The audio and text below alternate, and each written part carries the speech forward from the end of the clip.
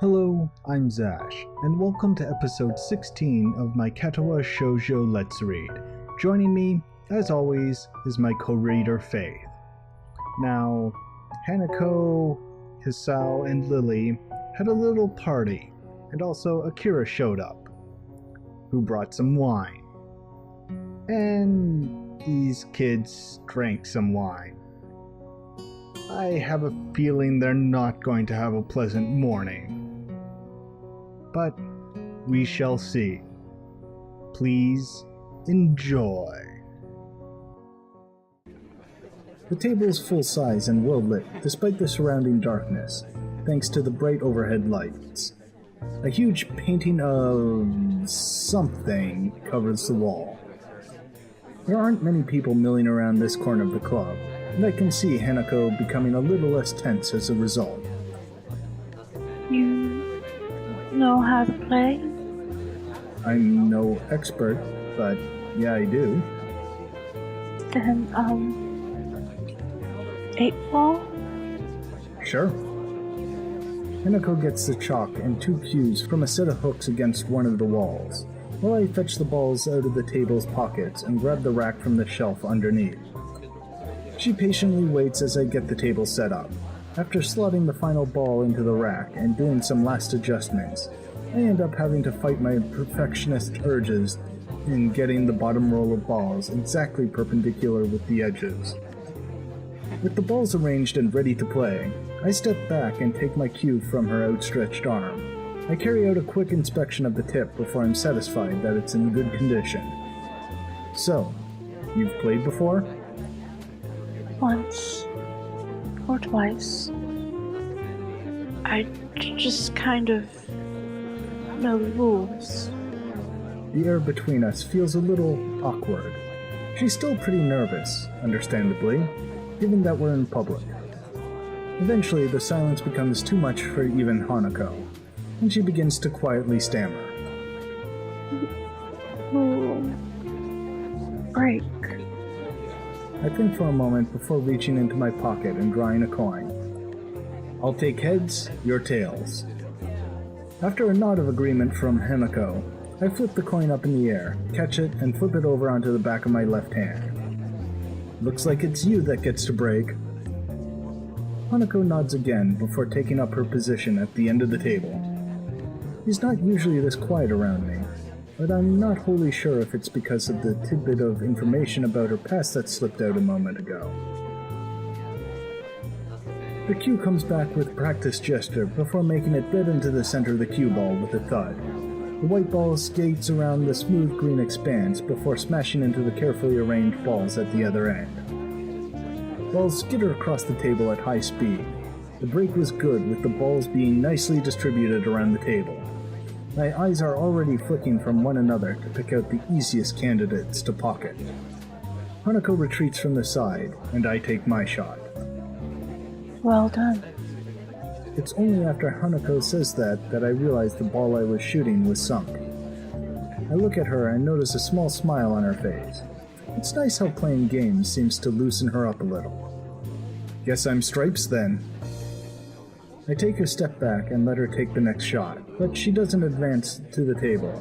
Rather, she looks down a little and rubs her arm. By now I can identify this as one of her gestures that means she wants to say something, but isn't sure enough of herself to do it. What's up? It's just... you had a nice smile. Do you like playing this? I sigh and lean back against the table. I like playing, yeah. I think I was smiling because it's really nostalgic, though. Hanako tilts her head quizzically. Me and my friends used to play pool in the game centers near where we lived pretty often.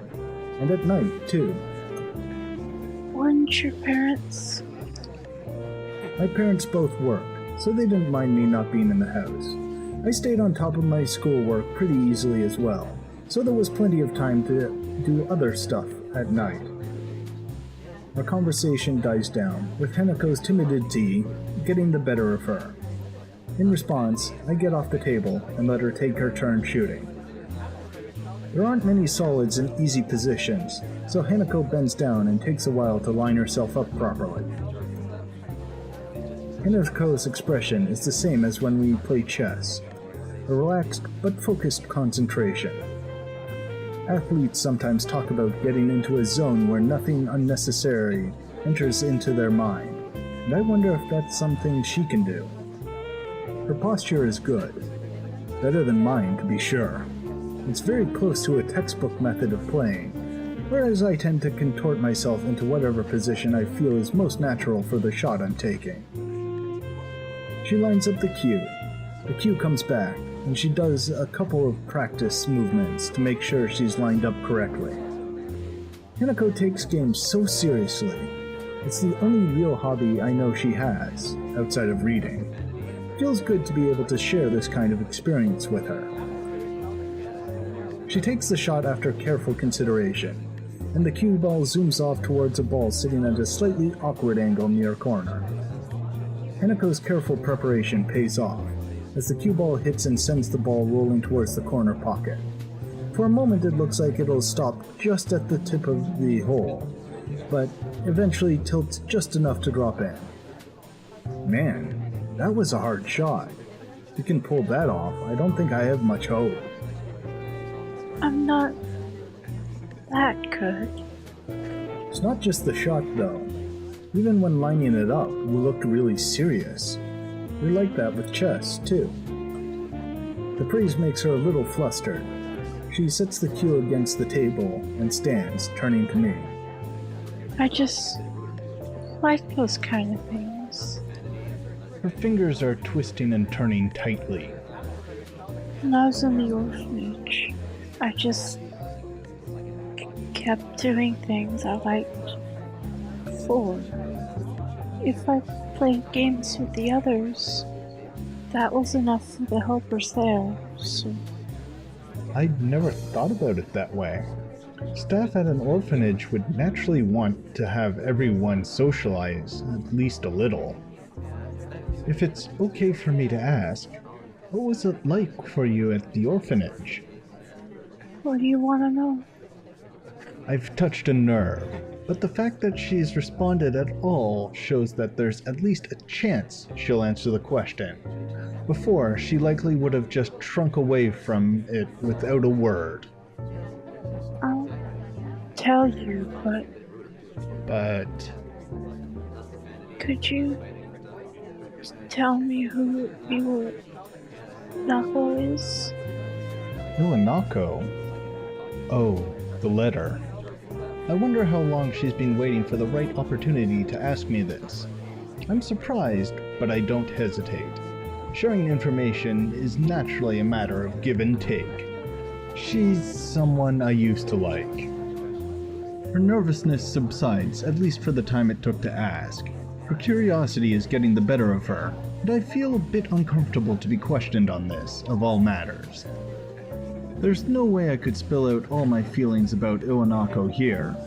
I don't even know myself what my feelings regarding her are, even after talking to Yuko earlier, and I want to avoid the subject around Hanako.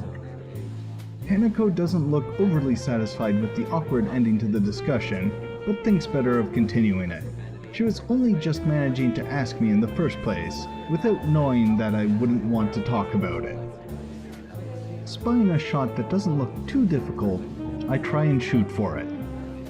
The cue taps the ball, and the trajectory is about right, but I put too much power. It grazes the corner of the hole and moves off to the side, just skirting the pocket. I grit my teeth a little. I was pretty good at this game, and it's frustrating to have deteriorated so much. I step back and let Hanako take her turn, glancing towards the counter where Lily and Akira are sitting. They're talking busily between themselves and seem to be having a good time. I turn back to Hanako as she takes her shot. With the same face as before, she lines herself up and sharply pushes the cue. Just as before, she sinks the ball she was aiming for. It drops into the side pocket even more clearly than her last, though. It looks as if she's getting a bit more into the groove of the game. Nicely done. She hesitates for a moment, and begins to address me without turning her head. The movement was nice. Felt a bit like Yamaku does. And the staff was really kind.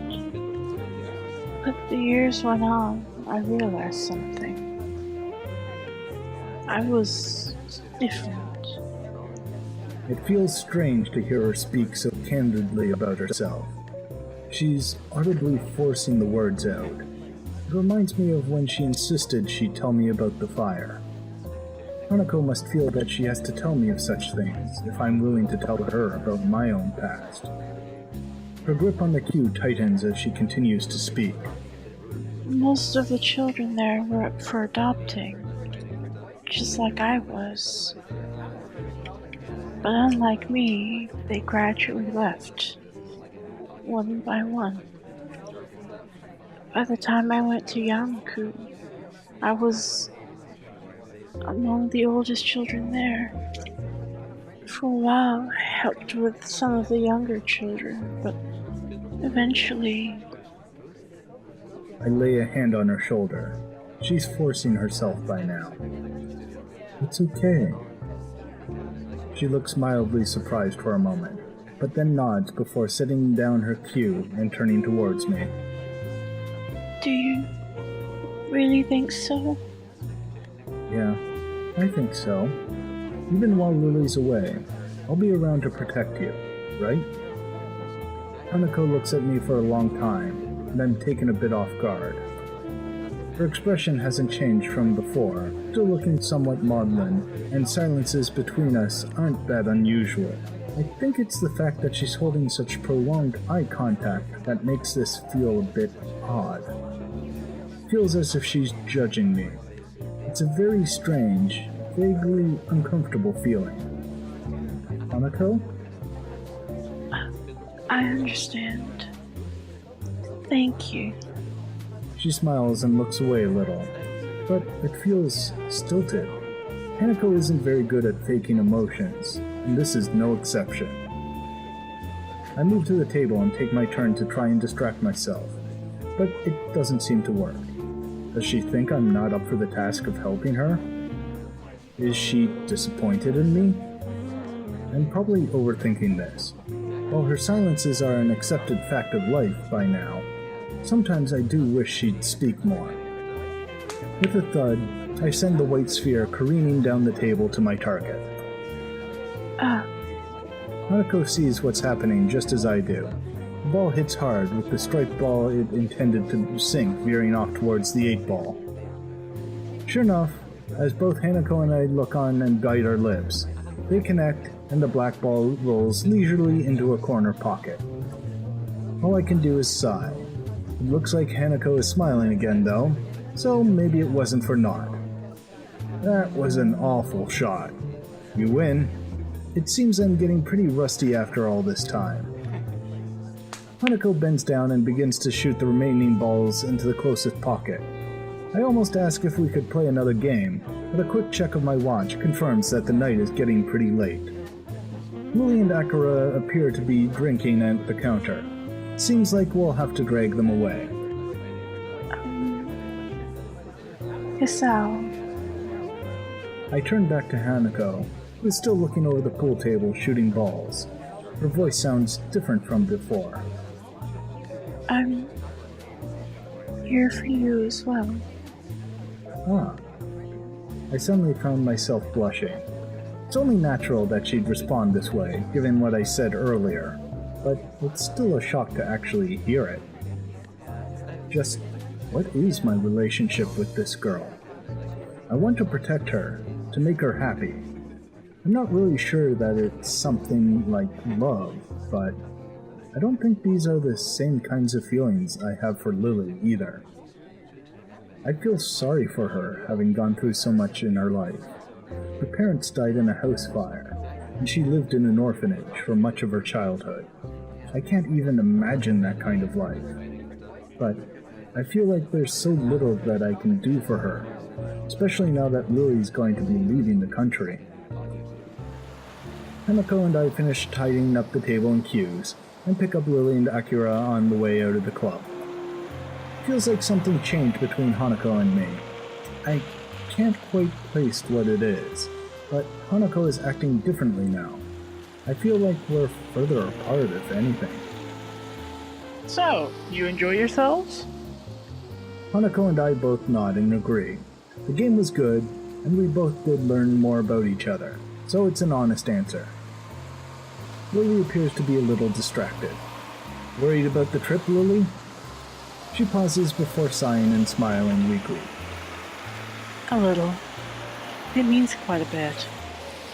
The comment earns a clap on the shoulder from her sister. Hanako smiles back too. You'll be okay, Lily. I hope you can enjoy your time over there. Thank you, Hanako. I'll try to. It'll be nice to be back with my family after all, no matter for how brief a time it really is. With that, the four of us begin the walk to the car park where Akira's car is. We continue to talk between ourselves, but it's mostly just small talk.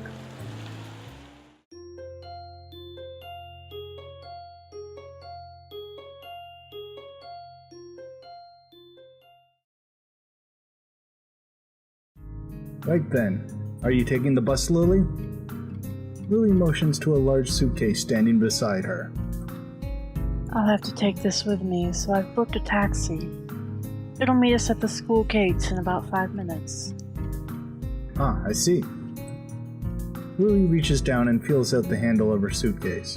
Its weight causes some difficulty, so I quickly offer to take it myself. That's awfully kind of you, Hisao. She has no qualms about accepting, and I end up picking it up. It's not what I'd call light, but it's not exactly heavy either. I don't think I'll have too much trouble carrying it. Well, thank you then. We should hurry though. If the taxi leaves, then it will take quite a while to book a new one. Are you ready, Hanako? Yeah. Let's go. We rush to the gate as fast as we can, only to find that the taxi has yet to arrive. Well, nothing like a bit of exercise in the morning. The nurse told me that I should be doing that. I think you probably had other things in mind, Hisao. Probably with more regularity. Do you intend to be helping people with their luggage every day? I guess not. Looks like we got a bit of a wait anyways. How long should we wait for the taxi before calling them again? I would say another 10 minutes, but they've never let me down before. There's probably just a little traffic. Okay then. So, how long is the flight to Scotland? About 16 hours, if I remember correctly. It's a bit hard to tell with the changing time zones. So long. It's now that I realize Hanako's been unusually quiet, even for her. She doesn't handle stress well, so she's looking really uptight. Yeah, I can't imagine being on a plane for that long. I've only ever flown on a short family holiday up north, so it really is quite hard to fathom. If Hanako spent so much of her childhood at an orphanage, she's probably traveled very little, let alone flown. It's not too bad. I'll spend most of it either asleep or catching up on my English. I hardly use that here, so I need to refamiliarize myself with it a little. Will your accent be a problem? I wouldn't worry about that too much. It may be an issue initially, but I should be fine once I get used to it. We all move to sit down on the small bench beside the school gate in silence. Strangely enough, even though I know Lily is going away, I can't think of anything to say to her. Lily is a reliable person, so it might be because she isn't the one that I'm thinking of most. Lily might not be able to see it, but Hanako's chewing her fingernails nervously. I move to talk to her, but can hear an engine straining up the hill before I get the chance. Ah, I think the taxi's on its way. Well spotted, Hisao. I only just heard it as well.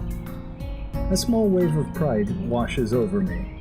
To have noticed something at the same time as Lily must mean that I've become more aware of my surroundings. Anyway, we won't have to call the taxi company, nor worry about missing Lily's plane. Once the taxi stops where we're standing, the driver rolls down the window and leans over.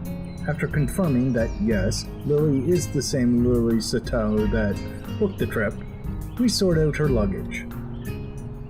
The driver opens the trunk of the taxi and takes Lily's suitcase, with Lily climbing into the back seat as he loads it into the trunk and slams it shut.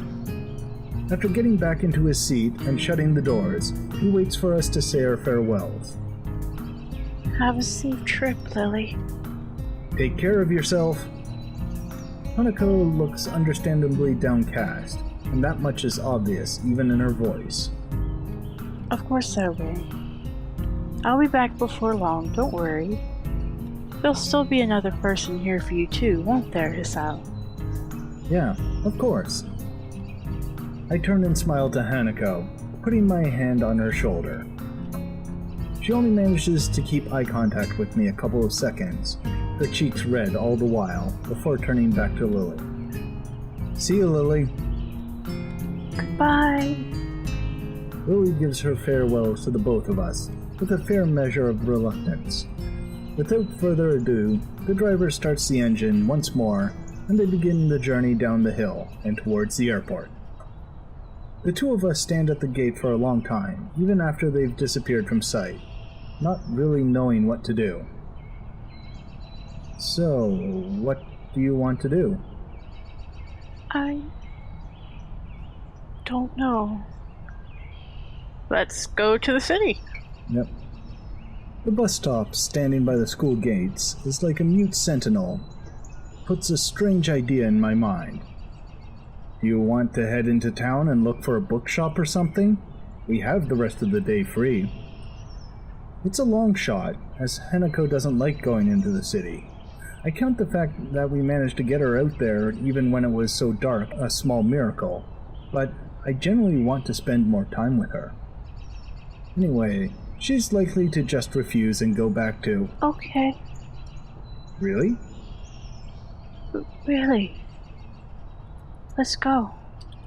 I can't work out why Hanako has decided to agree with me, but I'm not about to ask her to change her mind. Stepping off the bus, I immediately notice that a lot of people are around us. In hindsight, it should have been obvious. Of course lots of people would be downtown on a Saturday afternoon. Hanako retreats close to my side, but I can feel her hand clutching my arm tightly. Her body is held against mine, and her head is bowed so low that it hides most of her scarring. So, where should we go? A bookshop? Hanako's present and my other general living expenses have pretty much drained my budget. But I should be able to afford a few books. There's something I try to reserve a few funds for anyway. For a second, I think Hanako didn't hear me, but then I look to my side and notice her nodding almost imperceptibly. Okay. Do you know of one? Actually, I do. We passed a few while Lily and I were looking for your presents. Hanako's expression clouds a fraction. I've got to remember to stop bringing up her birthday. You both spent a lot of time? Or maybe I misjudged the situation. We wanted to make sure we got the right present, after all. Hanako smiles and blushes a bit. It's a small treasure when she does that. Anyway, there should be a bookshop just up ahead. Do you want to check it out? Sure. The crowd starts to build as we head towards the bookshop along the raised walkways. Hanako latches her other arm onto me as well, making our progress a little slower. As we walk, the sound of the traffic makes me think of a possible distraction for her.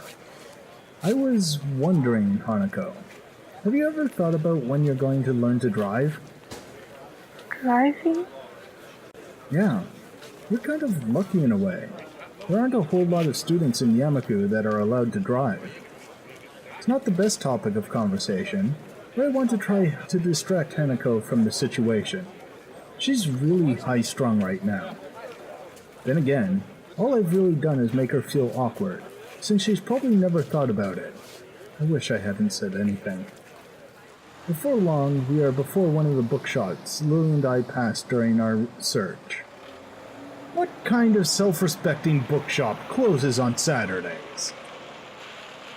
Bookshops don't make much money anymore because of the internet.